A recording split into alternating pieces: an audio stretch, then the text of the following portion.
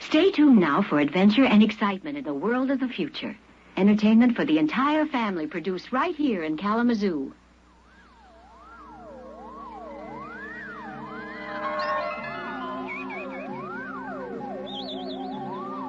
Join us now for a voyage into another dimension.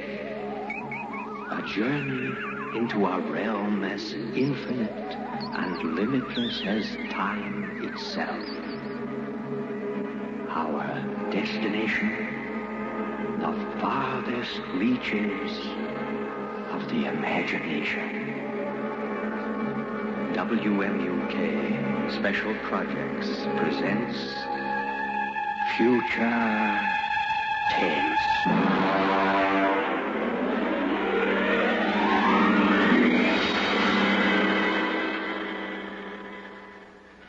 Pictures Don't Lie by Catherine McLean.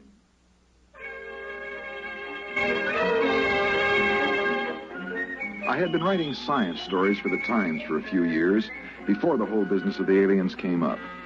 I got on to doing science because I wasn't a very good sports writer, and the Guild made it clear to the manager that I had enough seniority to make it tough to fire me. So when Masters went over to Time magazine, I was shoved into his spot. Now, being the man from the Times on any given story is quite a responsibility.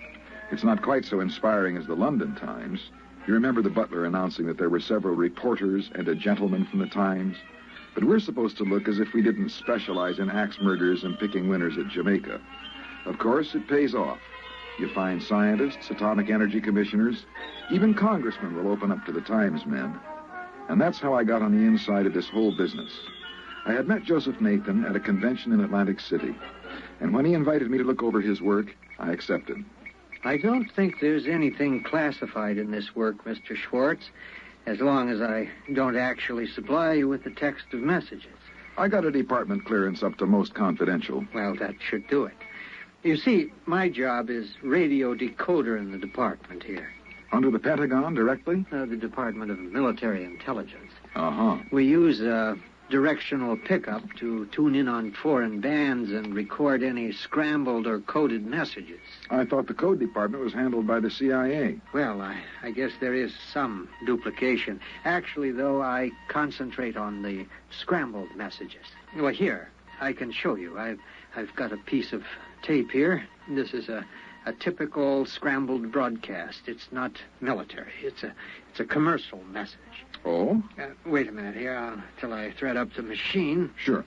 You know the basic principles. You take a straight voice message, run it through on an electronic scramble circuit, and it may come out something like this. Now, my job is to pick a thing like that out of the air, analyze the patterns, and wire an unscrambler.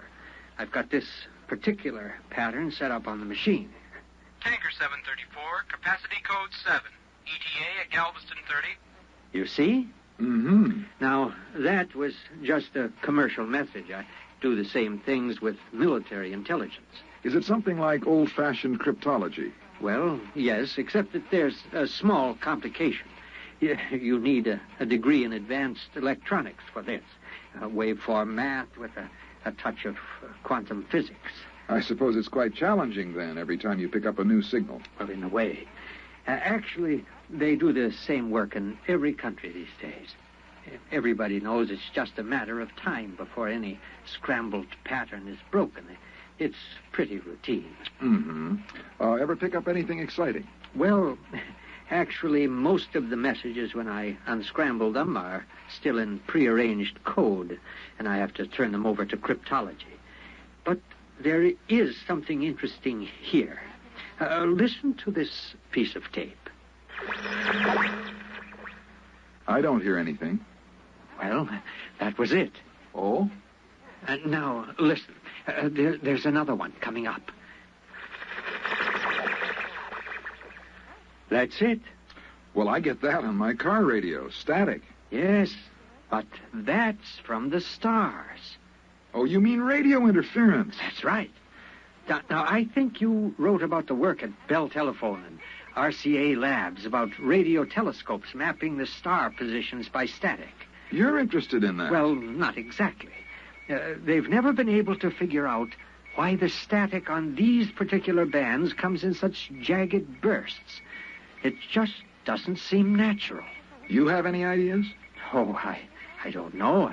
I've been kicking around the notion that it's not a natural phenomenon. I've been trying to discard it, sort of like playing chess against yourself on the train in the morning. Well, that's about all there is.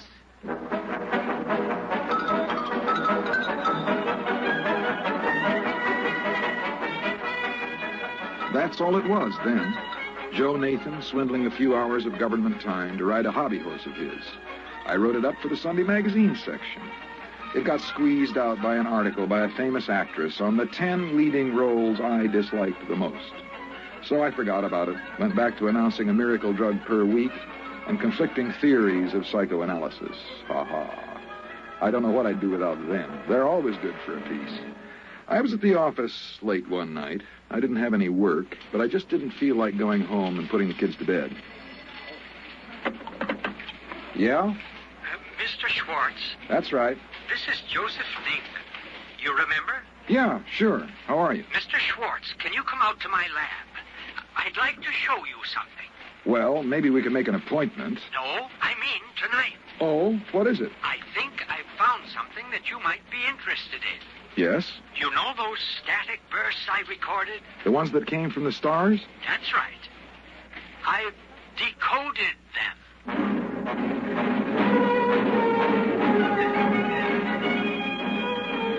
When you write science for the Times, you don't often go dashing off on the trail of scoops, as in TV versions of newspaper life. But it was about 11:45 as I drove out along the highway, listening to the radio to keep from piling up the car against a tree. Radio keeps me awake. Nathan was waiting for me at the gate. He had quite an argument to get me in past the MPs. We were challenged 4 times before we got to his lab. I'm glad you came, Mr. Schwartz. Oh, it's a nice night for a drive. I know. But frankly, I wanted to ask you what I should do. You see, I requisitioned the supplies without authorization, and I don't know how to explain it to my division chief. Well, I mean, it isn't as if I took any of the equipment home. It's all right here, but I've got to tell somebody. I just thought you might have some experience in how to handle a thing like this. Like what? Well, you remember that static recording I played you? Now, here, I've got it set up. Yes, I remember it vividly. Now, Mr. Nathan, it's very late. You see, there's an old intelligence trick. Speeding up a recording till it sounds just like that. Now, a short squawk of static, and then broadcasting it.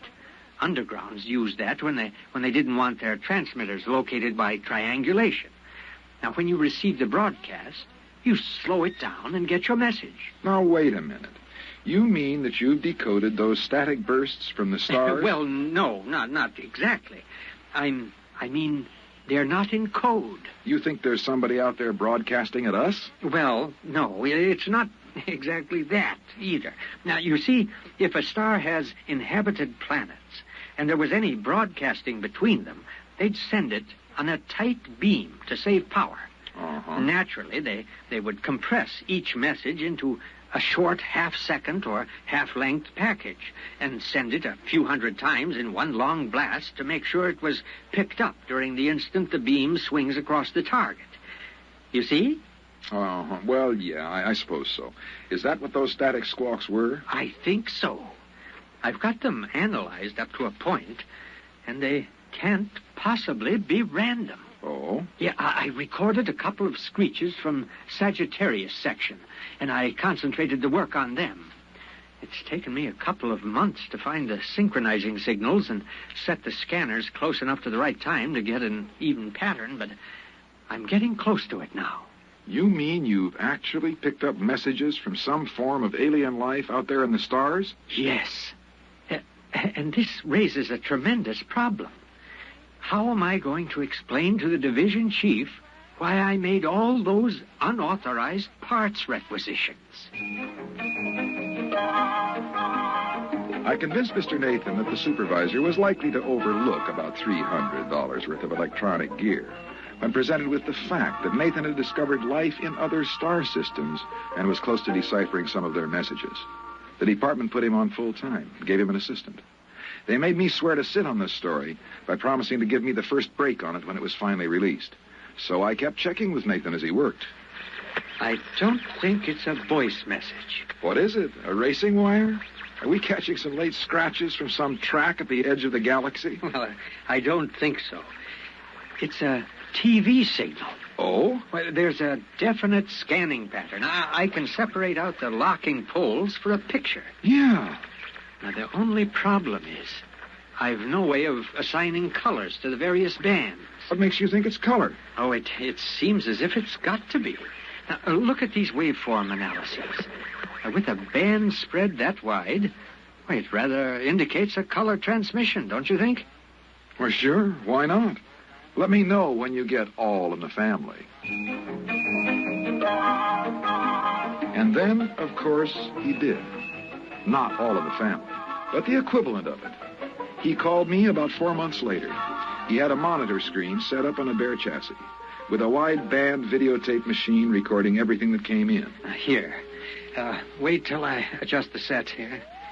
Now, there. You see this picture? Looks like a Scotch plaid. Well, we finally assigned the colors so that they seem to give a rational picture. Now, wait a minute. I'll clear it up. There. Oh, no. Yeah. There it is. What is that? That's the signal from the stars. It's a picture. Some kind of distorted broadcast. That's what I've said. It's a broadcast. And it's coming from somewhere out past Sagittarius. Do you want to hear the audio signals?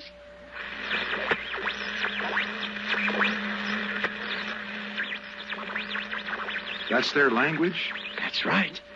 We're sure about that. The colors were assigned arbitrarily, of course. But you see that figure there? The tall one? With the green skin? Yes. Now, that skin may be blue or pink or gray or anything. We don't know what their color response is. The only thing we're sure about is the various shadings of intensity and the audio channel. What is it? What's it all about? Well, we haven't decoded the language yet. There's a team from Harvard working on that. We record everything that comes in, but I think it's a lending library. A what? It's all fiction. It's plays. And there are dozens of them, all at the same time. I think they broadcast them continuously. And anybody who wants a particular play can tune it in. With the short burst method of transmission, you've got plenty of room in the spectrum. A lending library? Of course. And as soon as we break the language barrier, we'll know for sure. Oh, by the way, I thought you might be interested. I've sent them back a message. When are you going to release this? When can I use it? Well, I don't know. In the civil service, you don't ask questions. You just... Now, look, I'm a newspaper man. This is the hottest story. I thought you were from the Times. I know, but it's still a newspaper. What's the message you sent them? How did you do it? Well, I took a print of a film. Yeah? Well, as a matter of fact, it was Punky Ellie's Dance of the Hours from the Disney film. You know, with the dancing hippopotamus and crocodile. I think I remember it. Well, I scanned it with the same combinations and sent it back along the same line we're receiving from. Just testing. Uh-huh.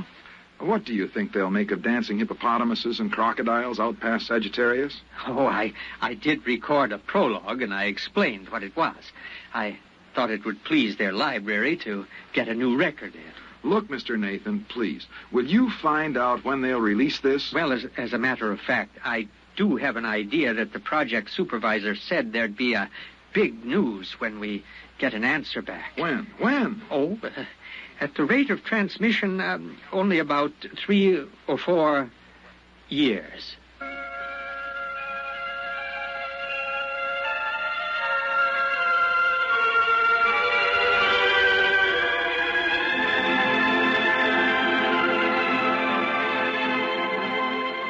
that's when it was, 3 or 4 years. I forgot about Nathan for most of the interim. It was one of the few stories in which nothing leaked. I have a feeling if the Pentagon realized how much I knew about it, I never would have gotten out of the laboratory. And so this story seems a lot more direct than it actually was. An awful lot happened in the 4 years before Nathan called me again, landing on the moon for one. But when he did call me, he had big news. Here. Now watch this. Watch.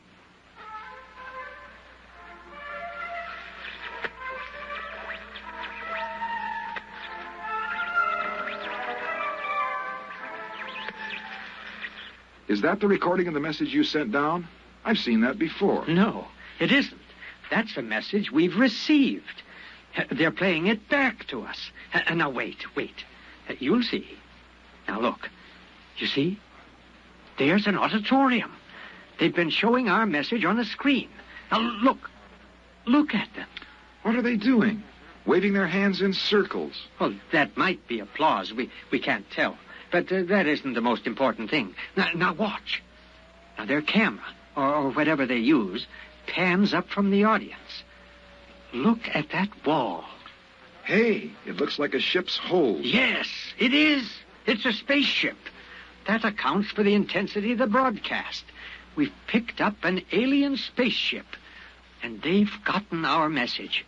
They're approaching our solar system, and we'll be able to contact them. Joe, you know, I just don't care anymore. You've strung me along with this thing for 5 years, and it's no use to me. Absolutely no use. Why didn't I tell you? Why, the Department of Defense is releasing the story to the press. You have it today, and there'll be a general release tomorrow.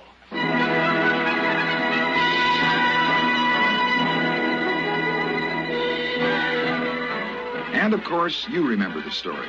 We had it first. And any paper or TV broadcast that picked it up before the general release had to carry my byline and the Times copyright. I think it was the most important single newspaper beat that I've ever heard of. And, of course, I did very well because of it. It was page 1 in the upper right-hand corner of the Times for 8 days running. And then the arrangements were made to cover the landing of the alien ship. The White House press secretary handled the whole thing. There'd be one pool man on the inside in direct contact with Nathan, the linguist teams, and the brass. Naturally, I got the pool assignment. There wasn't any question of it, really. But the rest of the boys were in on the releases, briefings, and press conferences. On arrival day, we all drove out to the apron of White Sands Rocket Base. The concrete is graded to stand the thrust of those 3-stage giants that make the satellite moon runs. The communications equipment was set up in the old red control block house. First, they threw Nathan to the wolves in a press conference.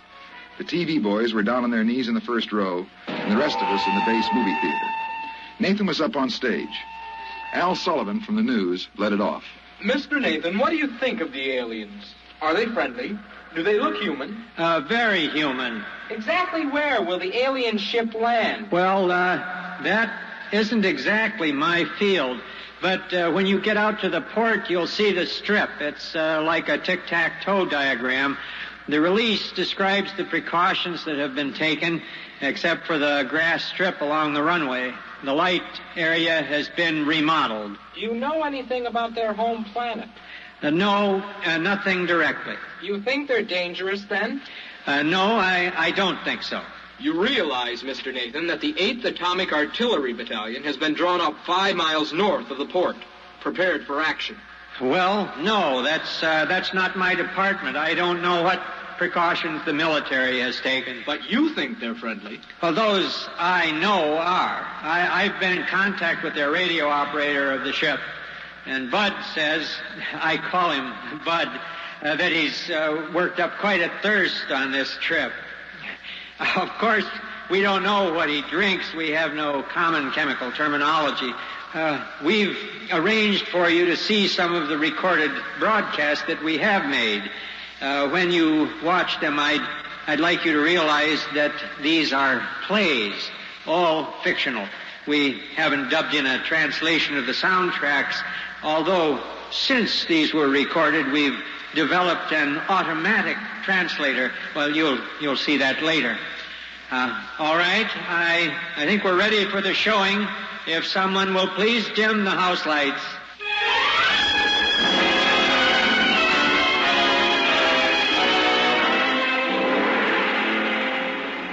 course, I'd seen the films before, but I stayed at the back of the hall to watch them again. The almost human forms, half dancing, the colors bright but strange. The sound was a flowing language with many shifts of pitch, and there was that strange, odd motion, not slow, but somehow drifting. It had been bothering me for some time in the films. There was something in the way they walked. They were good actors. Even without knowing what was happening, you were interested. You could tell the hero from the villain sometimes, and you rooted for him. Finally, I went out to the lobby, and I found Nathan pacing up and down. Oh, what's on now? That recording that they returned to the Ponchielli. Oh, it's funny, you know. They're crazy about Ponchielli and Mozart, and they can't stand Gershwin. Strange. Joe, there's something wrong with the films. What do you mean? There's something wrong with the whole thing. It's a hunch. There's something about the way they move. That bothers me, too. When I turn the tape faster, they're all rushing. And you begin to wonder why their clothes don't stream out behind them. Why the doors won't close quickly behind them. Why things fall so fast. Well, we don't have to worry about it. We'll see them in about 2 hours when they land.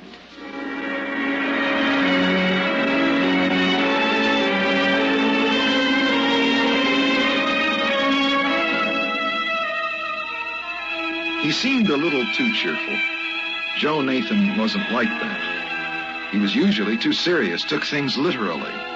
But he seemed to be trying to convince himself that nothing could go wrong. It was as if he smelled a rat, but held his nose and went right ahead. At minus 30 minutes, we all took our places in the blockhouse. They had a monitor set up with the automatic translator hooked up on the audio shaft. The alien operator looked as if he were talking, but the lip movement didn't quite match, like a bad foreign film with English dubbing. There he is. He's broadcasting. Throw on the translator unit. We've decelerated enough to enter the atmosphere. We'll be landing in 3 time periods. Hey, Joe, what is it? A murky-looking planet you live on? What does he mean by that? He's kidding. I've been talking with him for a few weeks. He's got a sense of humor. What does he mean, murky? It can't be raining over much territory on Earth. It rained here this morning, but it's cleared up now. Oh, there he is again. See the way he holds his mouth in an O? That's their laugh. There, you can see his view screen behind him.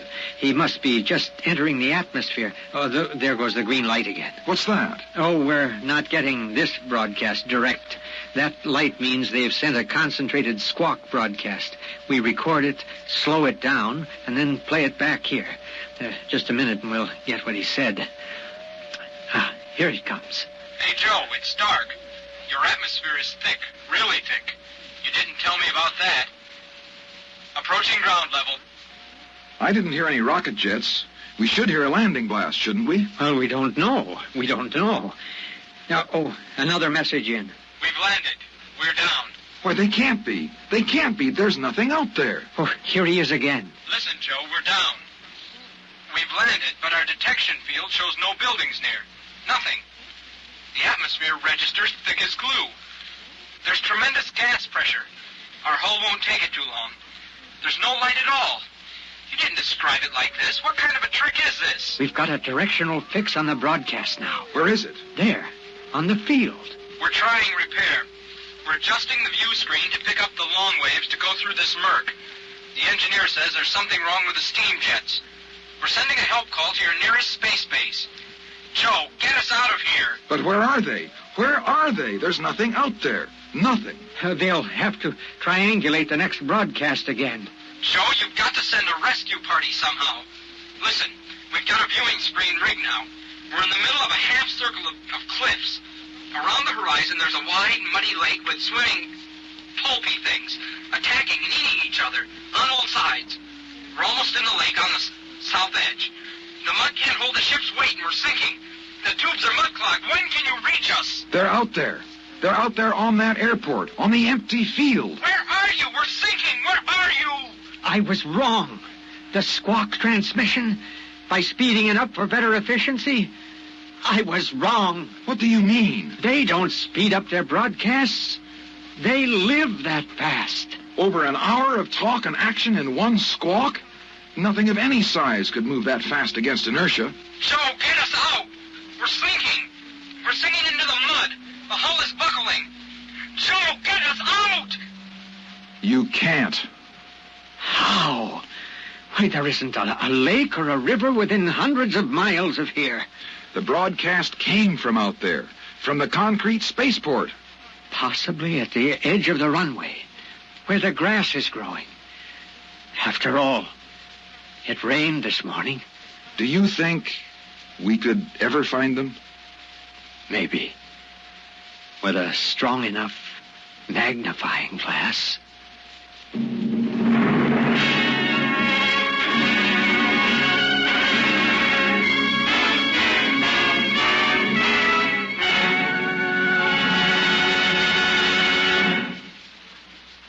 WMUK Special Projects has presented Pictures Don't Lie, a story by Catherine McLean, adapted for radio by Ernest Kenoy.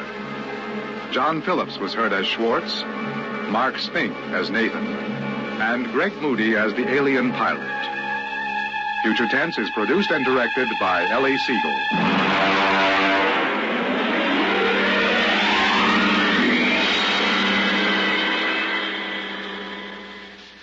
Next on Future Tense.